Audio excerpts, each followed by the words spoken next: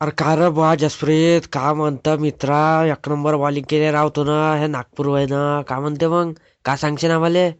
भाऊ पाहत मला आता का सांगू म्या म्या म्हणजे एवढं भारलो होतो, एवढे चांगले लोक नागपूरचे, एवढे पोट्टे आले मस्त.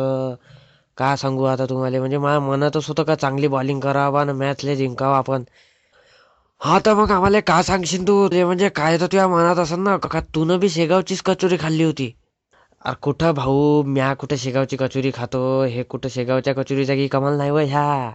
भाऊ तुम्हाला खरं सांगतो, तर त्या बॉल बॉय नाही राहत का बाउंड्रीवर, त्यानं मये एक पुडी दिली. त्या पुडीत काय होतं तर खर्रा होता नागपूरचा कच्ची बाऊल 120.